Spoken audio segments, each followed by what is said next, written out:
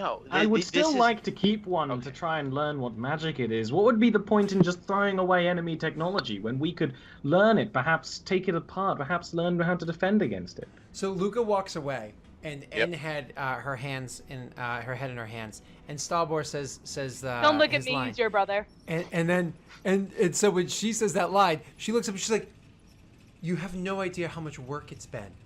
I know. It's been so much work trying to clean up after the lot of you." And I withhold your exasperation. You have been nothing but withholding, and you have given us no reason to trust you, and then you expect us to simply We throw all can't the trust the information in general. You're trust getting anything. upset with me It's for being not telling overheard. you information when and where information cannot be told. You guys. It's just you've expected I'm not us. asking you to trust N. Just trust me for once. I'm But the problem is perfectly you're fine- trusting N. I'm perfectly fine with his distrust This of is- myself. This is fine. I am accustomed to this. This is literally my daily life. Oh, don't play it off as a race thing. It has nothing to do with you being a changeling. It has to do with you being a liar. It has to do with you being a cheat. It has to do with the fact that since we've met you, you have been a different person. And it has to do with the fact that you have no respect for me or my crew. The only person you respect is her. And You right- respect the fact. You have no respect for me or my crew or my orders. Go back to your room. I can't deal with you right now. No, hold on. I'm sorry, but he's pointing his ire at me. And so allow me to explain myself, as I did to your other companions, but I never got the opportunity to explain it to you. You don't understand what it's like being a changeling. You understand the difficulties that it is to be a hobgoblin in and outside of Dargun, yes. But you don't understand that literally every single solitary race that exists, every city that exists, every town that exists, if somebody knows what you are, best case scenario, thought to be a thief, a liar, and someone who's there to do harm to them in one way or another. And worst case scenario, hung, burnt, filled with arrows, strung up and beaten for fun. Worst case scenario, just killed. And you know what? Even though that is a spectrum and it can lie anywhere in there, we all know which way it tends to favor, don't we?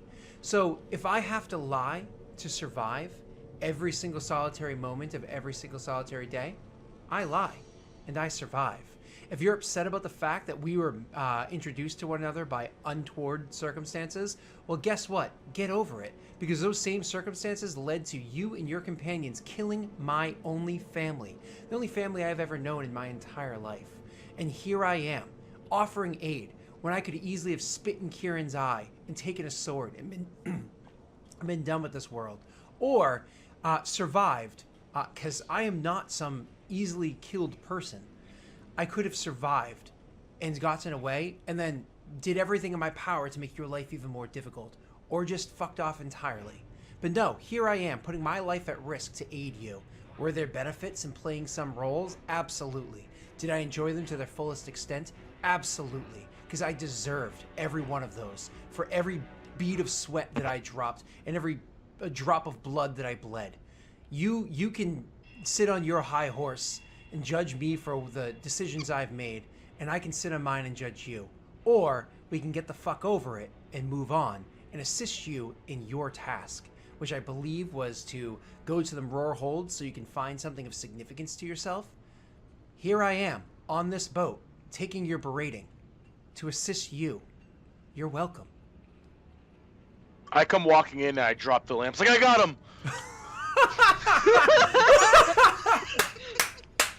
Luca being the comedy. I like it.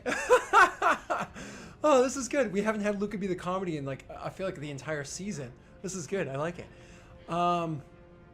Yeah, so okay. And so when you say that, he will actually look amongst the lanterns and grab the one that was clearly hung on the wall, and just walk out, or she, sorry, and walk out of the room holding the lantern, and you can see because the door's left open, just opens the door wide open, hurls the thing off the side of the ship, and then just walks out of sight. The nighttime leaves feeling the other two definitely there, saw though. that. Leaves the other two there? He leaves the other two. He leaves the other two there. The non The ones that weren't hung on the ship prior to your arrival. The ones that Right. look extremely mundane. Yeah. I look at Stalbor, I look at it, I look at Stalbor, I look at it, and I shrug. Any damage has already been done, so if you want to look at them, go for it. No. N's right. And he picks them both up and hurls them off the ship. It's not very impressive. Yeah.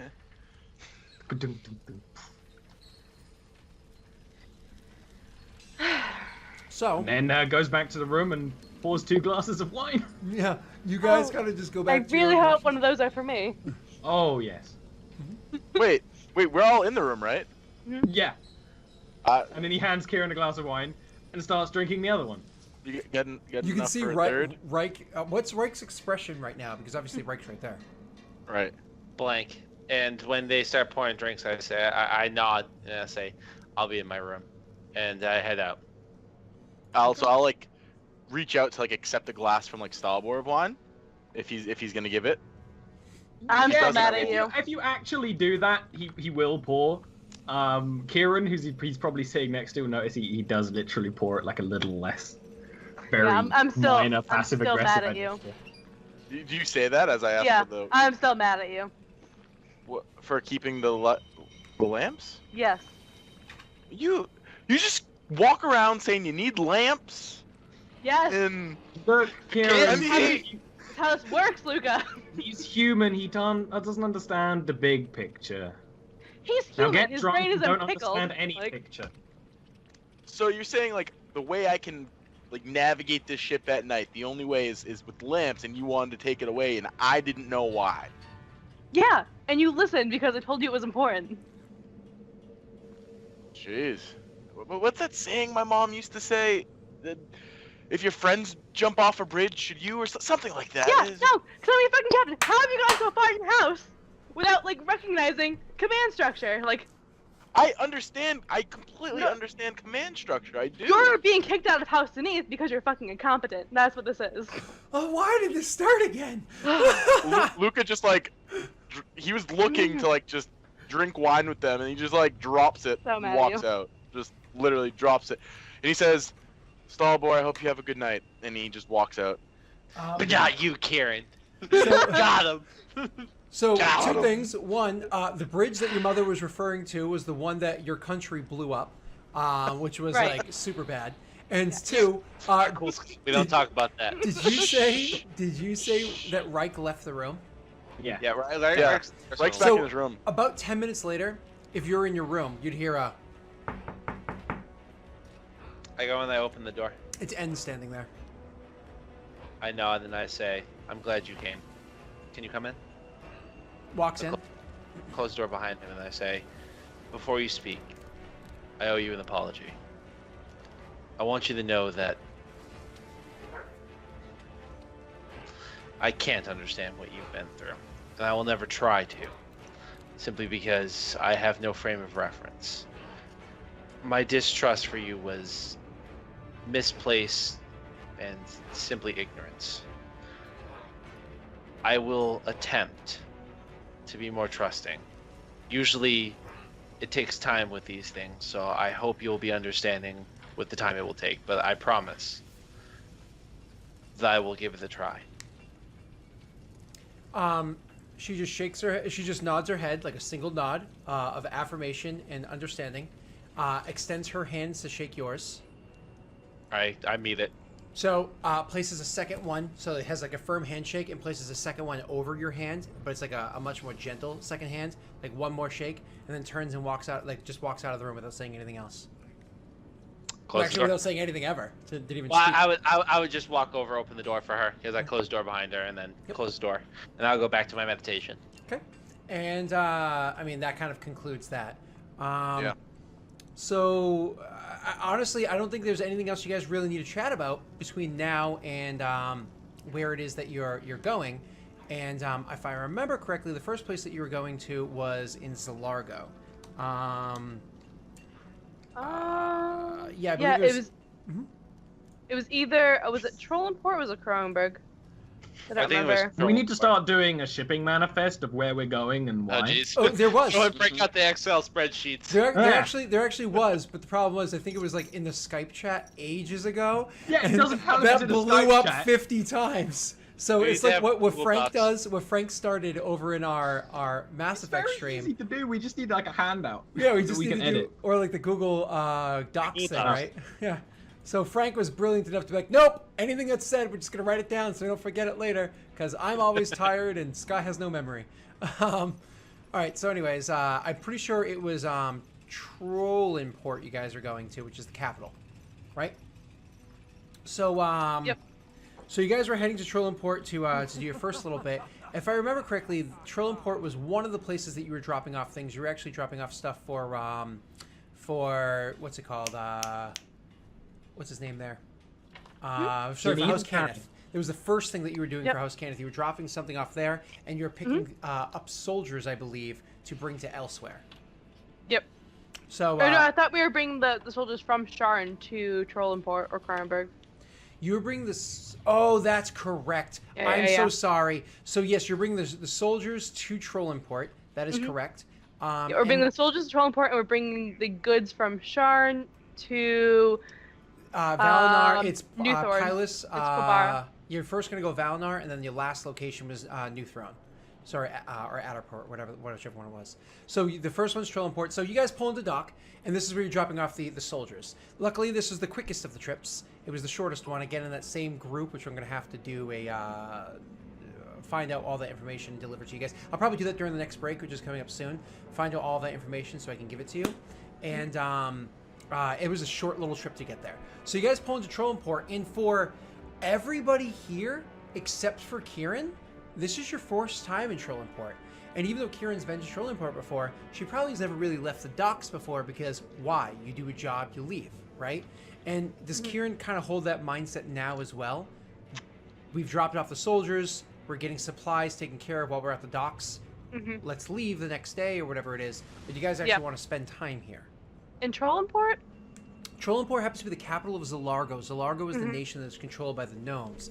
The origin of Zalargo is super funny. Aaron and I actually talked about that forever ago in one of the old vodcasts that we did, that we will be eventually doing again some. We're actually in the works of scheduling.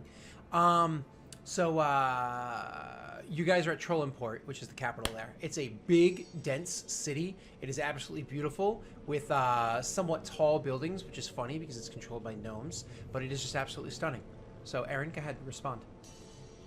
I mean, if you guys wanted to send message for that gnome, this would be the place to do it. The binder.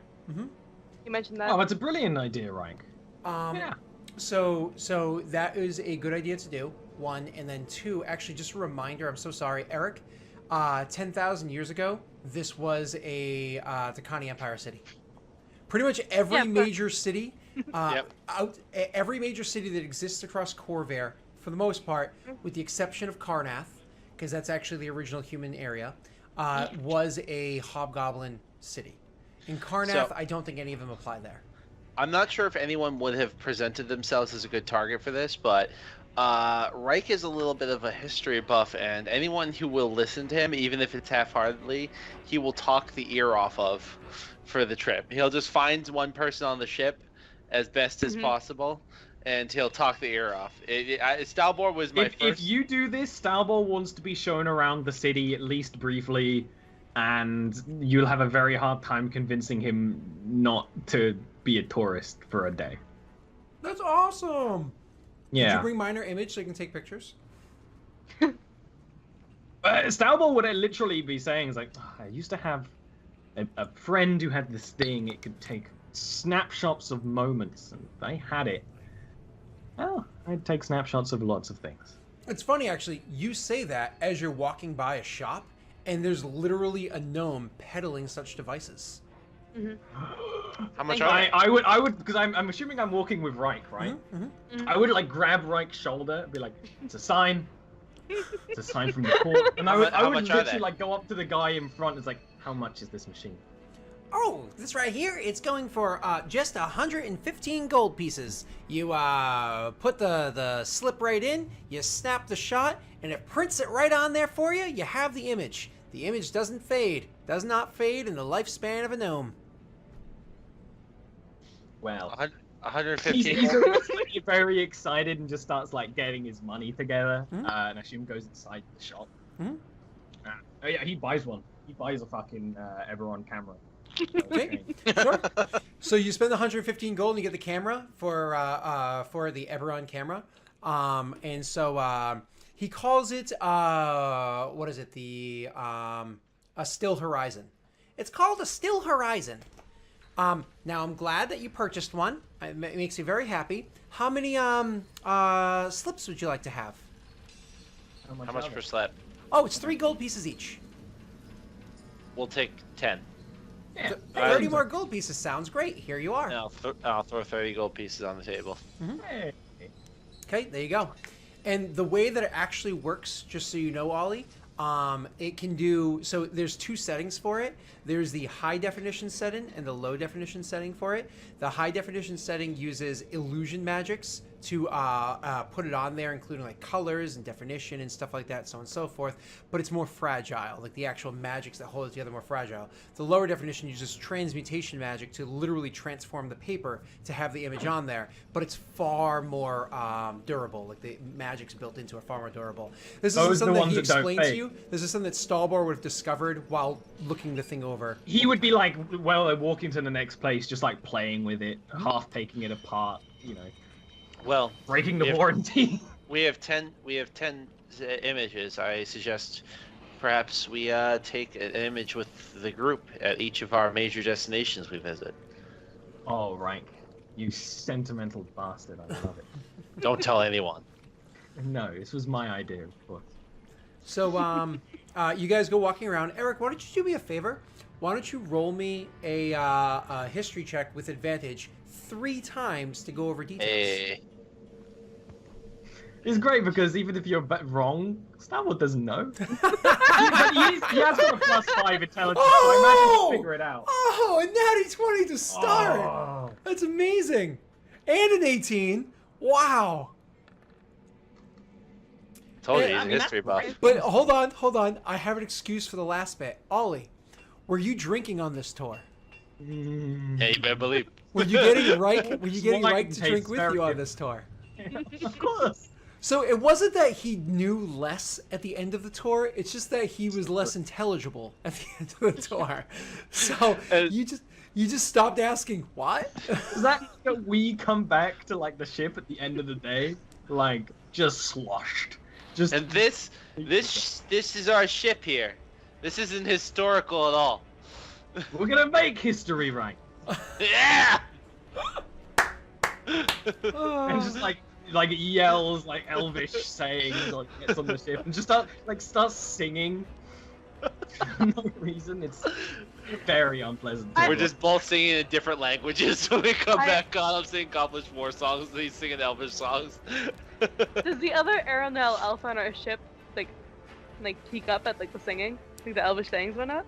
How does So he react to this? Curious. Ollie, you're singing. Is it actually an Elvish song? Or are you singing more of a different type of shanty? And I'll leave it at that. I would have done both. I would have done like an old like military song. Yep. And then some other stuff. Yeah. So when to answer your question, Kieran, when he's singing the military songs, it's one of those things where the other person kind of like hums along to it and says maybe a couple of words like to themselves off to the side. But it's can you roll me an insight check actually? Yeah. Kieran's best skill ever. Right? So good at it. Actually, I'm proficient with it. Okay, so it's one of those things where you know how like when somebody's singing a song that they know but they don't really know super well. National anthem. Yeah. Actually, that would be what I'm singing. More or less. So when somebody's singing a song but they don't know like every lyric to, so he'll like say like the chorus, he'll like mumble to himself, but the rest of it just kind of like hum along.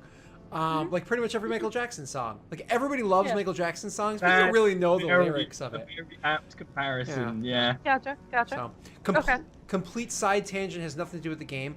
once a year, I go on like a hardcore Michael Jackson binge where it's like 3 days of like rewatching or re-listening to everything he's ever created because it's so good. But all right, off binge, side tangent. So yeah, that happens. But then when the dwarven shanty stuff comes up, with your insight to 14, you see that his head does perk up and he looks at Stalbor questioningly, like almost like he has something at the tip of his tongue, but he forgot what it was. Oh yeah, he'd be singing in the dwarven songs, and he'd like find Luca and he's like, Luca, you know the words. Because Luca doesn't know the song. He's like, Luca, you know the words. Luca will like. He's like a drunk Stalbor puts a smile on his face actually, and he would like try to like hum half the words and say the other half of the words like a half a second after Stalbor says them, type of singing, and he's just like trying to keep up with it, and then he'll notice like Reich's singing Goblin, and he'll try to do his best to keep up with both of them. Kind of join both songs. Yeah, he's like the backup singer for both. He's like the hype man for both. Okay. That's actually badass. So getting to the actual benefits of what you did there, Eric, you were able to walk through the streets with him and explain to Stalbor a considerable amount of stuff about the gnomish culture. And because you rolled so well walking through Trollenport, that actually means that your character has a good amount of knowledge of actual gnomish history. So that's a cool thing, like you can mark on your character sheet or whatever. You actually have a good amount of knowledge of gnomish history, and specifically of Trollenport itself, of the triumvirates, the formation of them, things like that are all things that you'd be able to tell. You would even be able to tell him the history of like the gnomish battle that won them freedom from Breland. So that's actually something that Reich Largo very much likes to talk about. Yeah. He seems to like almost have like a pride for this thing, even though he has nothing to do with it, very obviously. But he seems to talk about it like very. Hold on. I disagree with the whole nothing to talk about it because that was probably a specific point during your lessons as a child, because what your character's focus is and future focus is. I imagine that was something that you like really clung on to during your lessons and your teachings of diplomacy. Right. This is actually the moment that Reich decided his goal.